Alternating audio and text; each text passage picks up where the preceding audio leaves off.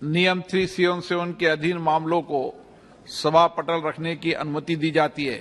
जिन माननीय सदस्यों के नियम 377 के अधीन मामले हैं वह कृपया व्यक्तिगत रूप से सदन के पटल पर रखें। श्री तेजस्वी सूर्या।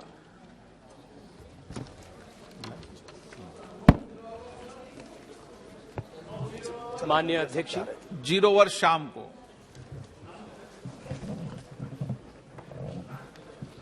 After reply.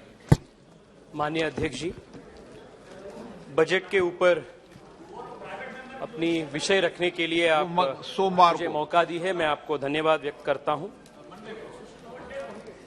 प्रधानमंत्री जी के नेतृत्व में एक अत्यंत प्रगतिशील बजट निर्मला सीतारामन जी के नेतृत्व में प्रस्तुत हुई है।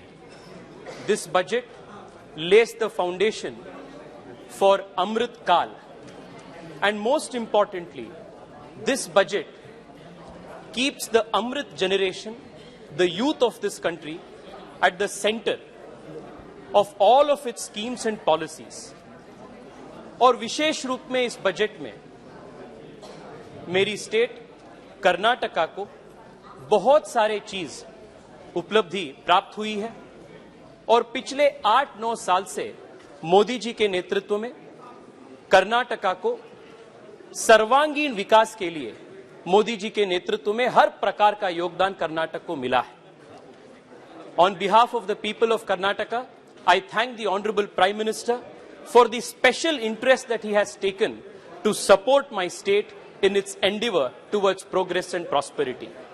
और आज माननीय अध्यक्ष जी, मैं आपके अनुमति से कर्नाटका को इस बजट में क्या मिला है और पिछले 8-9 साल में कर्नाटक जिस प्रकार से प्रगति के पथ पर चल रहा है मोदी जी के नेतृत्व में, इस विषय को मैं कन्नड़ा में, मेरे मातृभाषा में बोलने का प्रयास मैं आपसे अनुमति से रखना चाहता हूं।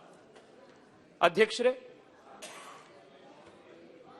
ಕರ್ನಾಟಕ ಒಂದು ಪ್ರಗತಿಶೀಲ ರಾಜ್ಯ, ಹಿಂದಿನಿಂದ ಕೂಡ ಅತ್ಯಂತ ಸಮೃದ್ಧವಾಗಿರುವಂತಹ ವೈಭವಶಾಲಿಯಾಗಿರುವಂತಹ ರಾಜ್ಯ ಕರ್ನಾಟಕ.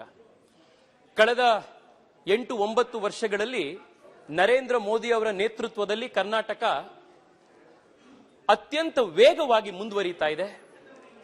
ಸರ್ವಾಂಗೀಣವಾಗಿ ಅಭಿವೃದ್ಧಿ ಕರ್ನಾಟಕದಲ್ಲಿ ಕಳೆದ 8-9 ವರ್ಷಗಳಲ್ಲಿ ಆಗಿದೆ. ನಾನು ಇನ್ಫ್ರಾಸ್ಟ್ರಕ್ಚರ್ ನಲ್ಲಿ ಆಗಿರುವಂತಹ 2-3 ವಿಷಯಗಳನ್ನು ಮಾತ್ರ ನಿಮ್ಮ ಎದುರುಗಡೆ ಇಡುವಂತಹ ಪ್ರಯತ್ನ ಮಾಡ್ತೇನೆ.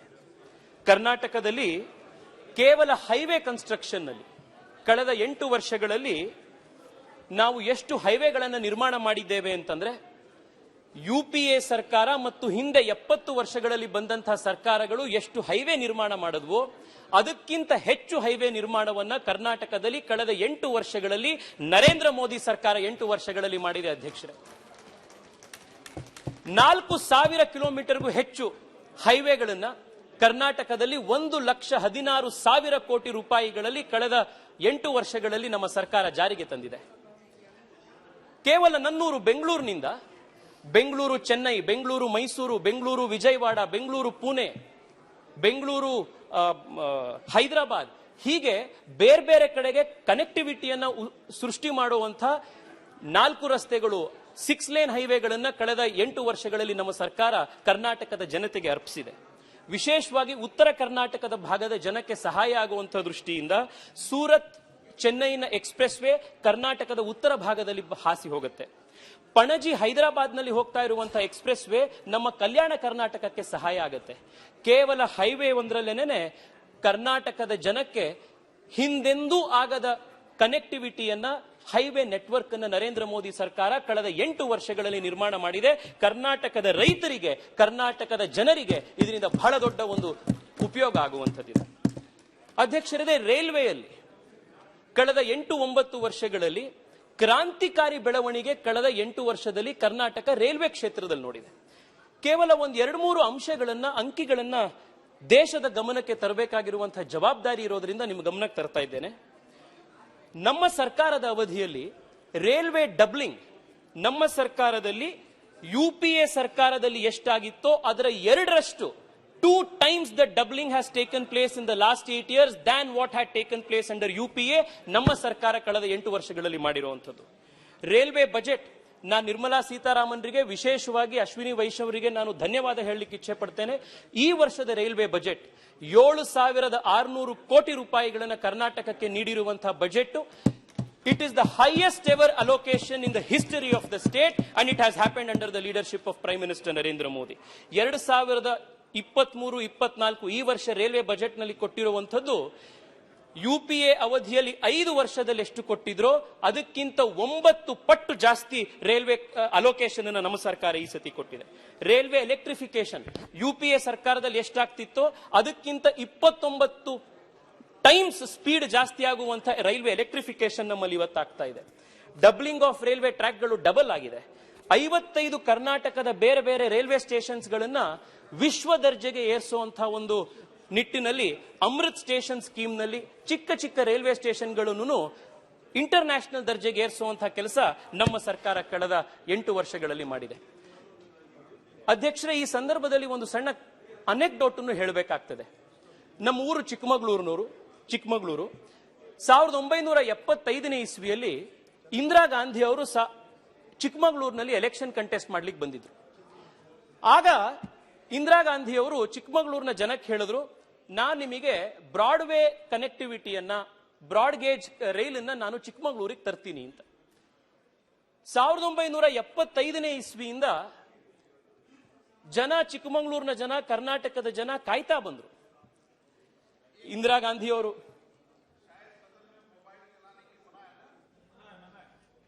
ध्यान रहे।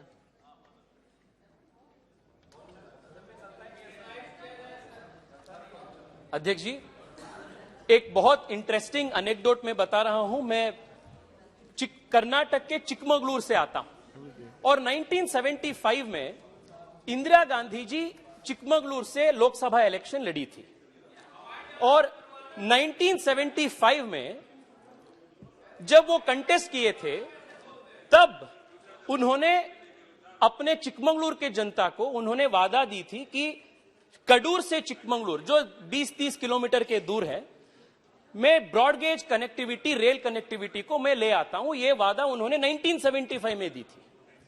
1975 से अभी तक इंदिरा गांधी के जमाना हो गया, राजीव गांधी के जमाना हो गया, सोनिया गांधी जी के जमाना हो गया, पर रेल चिकमगलूर को नहीं आई. 30 ವರ್ಷ 40 ವರ್ಷ ಕರ್ನಾಟಕದ ಜನ ಕಾದ್ರು, ಆದ್ರೆ ರೈಲ್ ಬರಲೇ ಇಲ್ಲ. ಈ ಕಾಂಗ್ರೆಸ್ನವರು 20 ವರ್ಷ 30 ವರ್ಷ ಕಂಬಿನೇ ಇಲ್ದಲೆ ರೈಲ್ ಬಿಟ್ರು. ಅಧ್ಯಕ್ಷರೇ, ಕಂಬಿನೇ ಇಲ್ದಲೆ ರೈಲ್ ಬಿಟ್ರು ಇವರು. ಇದು ಕಾಂಗ್ರೆಸ್ನವರು 30 ವರ್ಷ 40 ವರ್ಷ ಕರ್ನಾಟಕದ ಜನಕ್ಕೆ ಮಾಡದಂತ ಅನ್ಯಾಯ. ಆದ್ರೆ ಇವತ್ತು ಕರ್ನಾಟಕದ ಇತಿಹಾಸದಲ್ಲೇನೆ ಅತಿ ಹೆಚ್ಚು ರೈಲ್ವೆ ಬಜೆಟ್ ನಲ್ಲಿ ರೈಲ್ವೆ ಅಲೋಕೇಶನ್ ಇವತ್ತು ಸಿಕ್ಕಿದ್ರೆ ಅದು ನರೇಂದ್ರ ಮೋದಿ ಸರ್ಕಾರದಲ್ಲಿ ಇವತ್ತು ಕರ್ನಾಟಕಕ್ಕೆ ಸಿಕ್ಕಿದೆ. ರೈಲ್ವೆ ಡಬ್ಲಿಂಗ್ ಇರಬಹುದು, ರೈಲ್ವೆ ಎಲೆಕ್ಟ್ರಿಫಿಕೇಶನ್ ಇರಬಹುದು, ರೈಲ್ವೆ ಸ್ಟೇಷನ್ ಗಳನ್ನ ವಿಶ್ವ ದರ್ಜೆಗೆ ಏರಿಸುವಂತದ್ದು ಇರಬಹುದು, ಅದು ನಮ್ಮ ಸರ್ಕಾರದಲ್ಲಿ ನರೇಂದ್ರ ಮೋದಿ ನೇತೃತ್ವದಲ್ಲಿ ನಡೀತಾ ಇದೆ. ಅಧ್ಯಕ್ಷರೇ, ಕರ್ನಾಟಕ ಒಂದು ಅತ್ಯಂತ ಪ್ರಗತಿ ಹೊಂದುತ್ತಾ ಇರುವಂತಹ ರಾಜ್ಯ.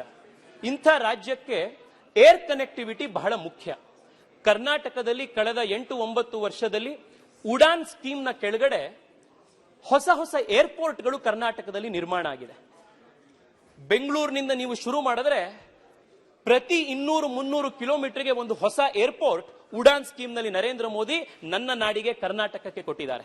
ಬೆಂಗಳೂರು ಇರಬಹುದು, ಮೈಸೂರು ಇರಬಹುದು, ಮಂಗಳೂರು ಇರಬಹುದು, ಹುಬ್ಳಿ, ಧಾರವಾಡ, ಬೆಳಗಾವಿ, ಬೀದರ್, ಕಲಬುರಗಿ, ಬಳ್ಳಾರಿ, ಇನ್ನೊಂದು ತಿಂಗಳಲ್ಲಿ ಶಿವಮೊಗ್ಗ ಏರ್ಪೋರ್ಟ್, 8 ಏರ್ಪೋರ್ಟ್ಗಳು ಈಗಾಗಲೇ ಕೆಲಸ ಮಾಡ್ತಾ ಇದೆ. 9ನೇ ಏರ್ಪೋರ್ಟ್ ಇನ್ನೊಂದು ತಿಂಗಳಲ್ಲಿ ಶುರುವಾಗೋದಿದೆ. Karnataka today is one of the most well connected airway network ಇರುವಂತಹ ರಾಜ್ಯ ಇವತ್ತು ದೇಶದಲ್ಲಿ ಇದ್ರೆ ಅದು ನಮ್ಮ ನಾಡು ಕರ್ನಾಟಕ. ಅಧ್ಯಕ್ಷರೇ, ಕರ್ನಾಟಕಕ್ಕೆ ಒಂದು ಬಹಳ ದೊಡ್ಡ ಕೋಸ್ಟ್ ಲೈನ್ ಇದೆ. ನಮ್ಮ ಕಾರವಾರದಿಂದ ಪ್ರಾರಂಭ ಆಗಿ ಮಂಗಳೂರು, ಕಾಸರಗೋಡ್ನವರೆಗೆ ಒಂದು ಉದ್ದಕ್ಕಿರುವಂತಹ ಒಂದು ಕೋಸ್ಟ್ ಲೈನ್ ಕರ್ನಾಟಕದಲ್ಲಿದೆ.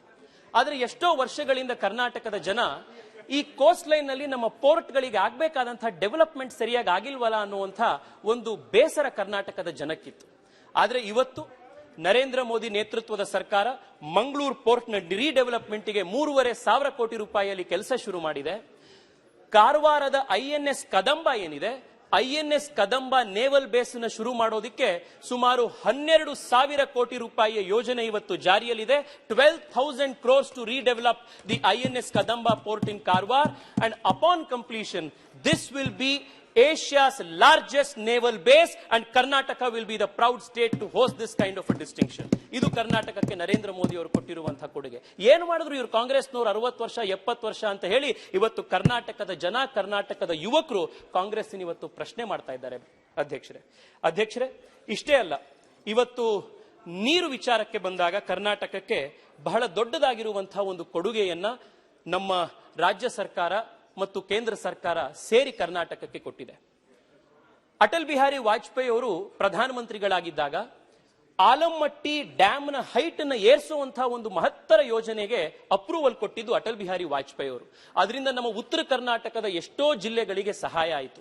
ಇವತ್ತು ನರೇಂದ್ರ ಮೋದಿ ನೇತೃತ್ವದಲ್ಲಿ ಭದ್ರಾ ಮೇಲ್ದಂಡೆ ಯೋಜನೆ ಚಿಕ್ಕಮಗಳೂರು, ಚಿತ್ರದುರ್ಗ, ತುಮಕೂರು, ದಾವಣಗೆರೆ ಈ ರೀತಿ ಮಧ್ಯ ಕರ್ನಾಟಕದ ಎಷ್ಟೋ ಜಿಲ್ಲೆಗಳಿಗೆ ನರೇಂದ್ರ ಮೋದಿ ಅವರ ಅಪ್ರೂವಲ್ ನಿಂದಾಗಿ ಅಪ್ಪರ್ ಭದ್ರಾ ಪ್ರಾಜೆಕ್ಟ್ ಇವತ್ತು ಈ ಬಜೆಟ್ ನಲ್ಲಿ ಸ್ಯಾಂಕ್ಷನ್ ಸಿಕ್ಕಿದೆ. 5,300 ಕೋಟಿ ರೂಪಾಯಿಗಳನ್ನು ನಿರ್ಮಲಾ ಸೀತಾರಾಮನ್ ಅವರು ಕರ್ನಾಟಕಕ್ಕೆ ಈ ಬಜೆಟ್ ನಲ್ಲಿ ಕೊಟ್ಟಿದ್ದಾರೆ.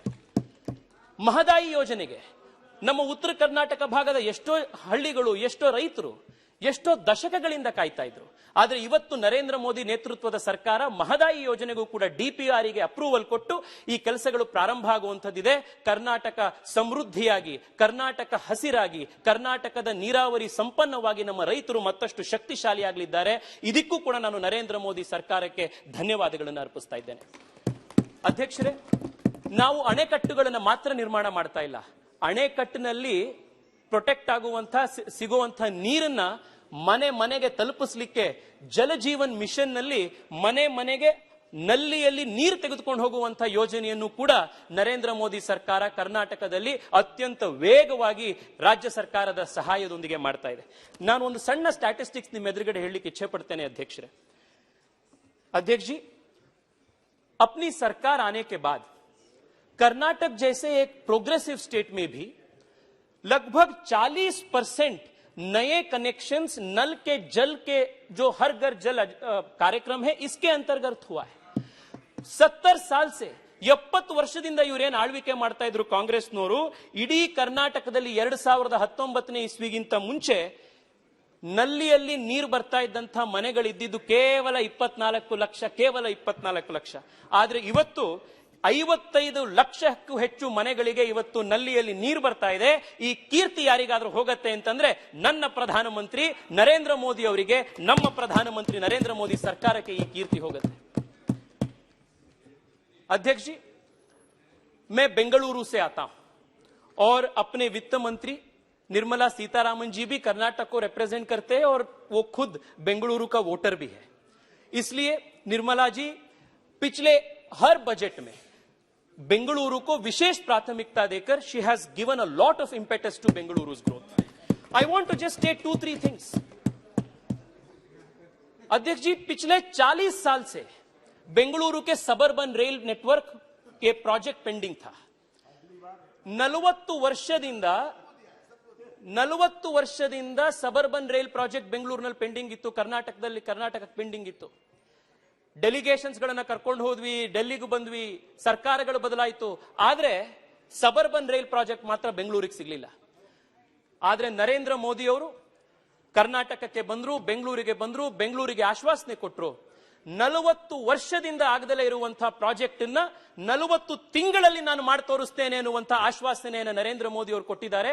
What has not happened in 40 years, the prime minister has committed to complete in 40 months. This is the speed and scale of Narendra Modi government. ಇದನ್ನ ಇವತ್ತು ಕರ್ನಾಟಕದ ಜನ, ಬೆಂಗಳೂರಿನ ಜನ ನೋಡ್ತಾ ಇದ್ದಾರೆ.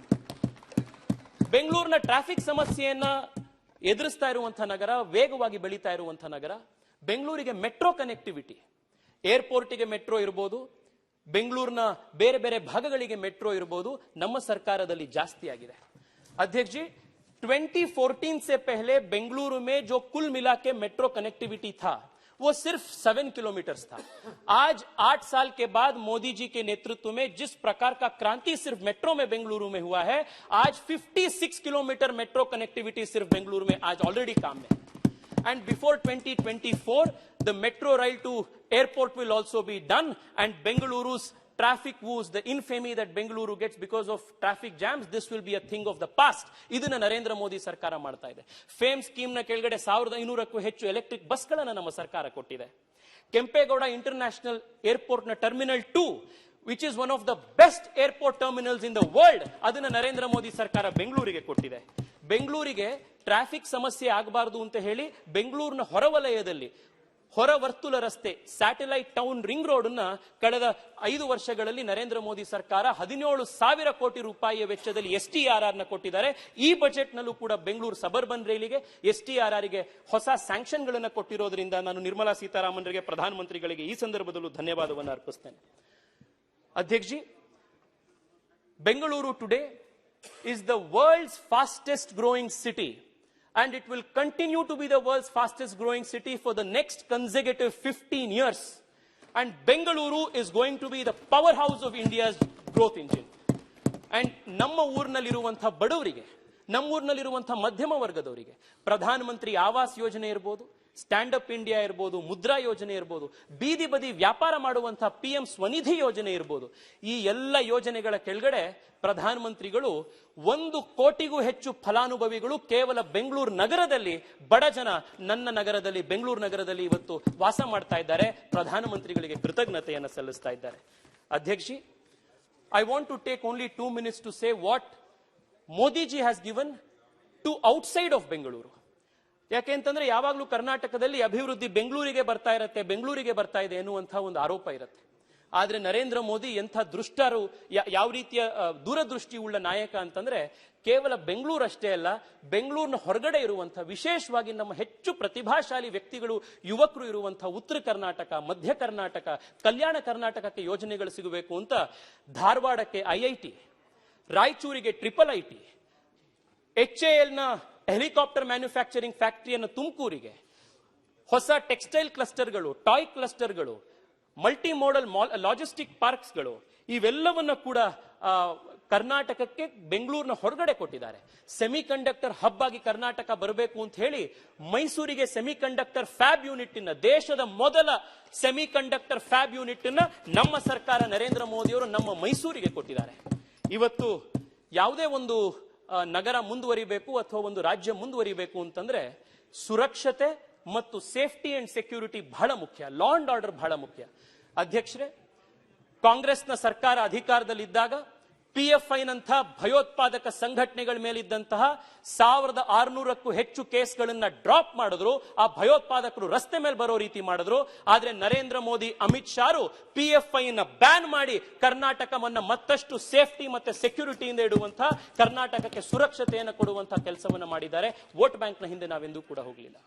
ಅಧ್ಯಕ್ಷರೇ, ಇವತ್ತು ಈ ಎಲ್ಲಾ ಕೆಲಸಗಳಿಂದಾಗಿ Karnataka is today one of the most progressive states in the country. I just want to remind this august house where Karnataka stands. Karnataka today is the state that attracts the highest FDI consecutively. It's because of these progressive schemes and policies the Prime Minister has given in the last 8 years. Karnataka today has the highest number of startups. Karnataka today has the highest number of unicorns, thanks to the Prime Minister's Startup India policy, because of which the talented, hardworking, capable young citizens of Karnataka could harness their true potential. Today, Karnataka is the state that ranks top in the innovation index in the country. Karnataka has the highest per capita income among all major economies in India. Adu Karnataka da ivattu taakattu. Main Narendra Modi ji ko, Nirmala Sitharaman जी को बोलना चाहता हूं, आप कर्नाटक को आप 100 रुपए देंगे तो कर्नाटका देश के लिए 1000 रुपए वापस देगा. ये कर्नाटक की ताकत है. अध्यक्ष जी, मैं एक ही कुवेंपु, जो कर्नाटक के राष्ट्र कवि है, मैं कर्नाटक के राष्ट्र कवि कुवेंपु के एक कविता से मैं अपनी वाणी को विराम देना चाहता हूं. ಕರ್ನಾಟಕದ ರಾಷ್ಟ್ರಕವಿ ಕುವೆಂಪು ಅವರು ಕರ್ನಾಟಕದ ಬಗ್ಗೆ ಹೀಗೆ ಹೇಳಿದ್ರು: ಕರ್ನಾಟಕ ಕೇವಲ ಒಂದು ಭೂಭಾಗ ಅಷ್ಟೇ ಅಲ್ಲ. It is not a piece of map. Karnataka is not just a piece of land mass. Karnataka is the personification of the Devi Shakti. ಇದನ್ನ ಕುವೆಂಪು ಅವರು ಕರ್ನಾಟಕದ ಬಗ್ಗೆ ಹೇಳಿದ್ರು.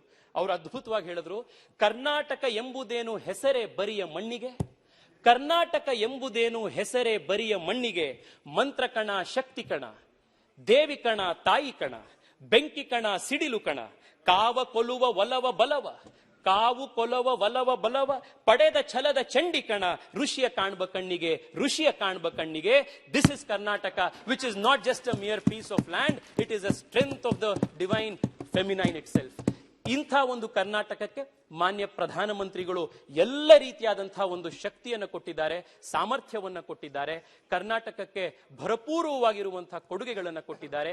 ಈ ಬಜೆಟ್ನಲ್ಲೂ ಕೂಡ ಕರ್ನಾಟಕ 25 ವರ್ಷಗಳ ಅಮೃತ ಕಾಲದಲ್ಲಿ ನರೇಂದ್ರ ಮೋದಿ ಅವರ ಸಂಕಲ್ಪದ $5 ಟ್ರಿಲಿಯನ್ ಇಕಾನಮಿಯ ಕನಸೇನಿದೆ, ಆ $5 ಟ್ರಿಲಿಯನ್ ಇಕಾನಮಿಯ ಕನಸಿನಲ್ಲಿ $1 ಟ್ರಿಲಿಯನ್ ಇಕಾನಮಿಯನ್ನ ಕರ್ನಾಟಕದ ಯುವಕರು, ಕನ್ನಡದ ಜನ ಈ ದೇಶಕ್ಕೆ ಕಾಂಟ್ರಿಬ್ಯೂಟ್ ಮಾಡುವಂತಹ ಒಂದು ಫೌಂಡೇಶನ್ ಹಾಕುವಂತಹ ಬಜೆಟ್ ಅನ್ನ ನರೇಂದ್ರ ಮೋದಿ ಸರ್ಕಾರ ನಮ್ಮ ಕರ್ನಾಟಕಕ್ಕೆ ಕೊಟ್ಟಿದೆ. ನಾನು ಕರ್ನಾಟಕದ 6 ಕೋಟಿ ಕನ್ನಡಿಗರ ಪರವಾಗಿ ನರೇಂದ್ರ ಮೋದಿ ಅವರಿಗೆ ನಾನು ವಿಶೇಷವಾದಂತಹ ಅಭಿನಂದನೆಗಳನ್ನು ಸಲ್ಲಿಸ್ತೇನೆ, ಧನ್ಯವಾದಗಳನ್ನು ಸಲ್ಲಿಸ್ತಾನೆ. ಈ ರೀತಿಯ ಪ್ರಗತಿಶೀಲ ಪಾಲಿಸಿಗಳನ್ನು ನೀಡಿರೋದಕ್ಕಾಗಿ ನಾನು ಮತ್ತೊಮ್ಮೆ 6 ಕೋಟಿ ಕನ್ನಡದ ಜನತೆಯ ಪರವಾಗಿ, ಕರ್ನಾಟಕದ ಪರವಾಗಿ ನರೇಂದ್ರ ಮೋದಿ ಅವರಿಗೆ, ಅವರ ಸರ್ಕಾರಕ್ಕೆ ಧನ್ಯವಾದವನ್ನು ಅರ್ಪಿಸ್ತಾ ಇದ್ದೇನೆ. ನಮಸ್ಕಾರ. ಶ್ರೀ ತಿರುನಾವುಕರಸು, ಪ್ಲೀಸ್.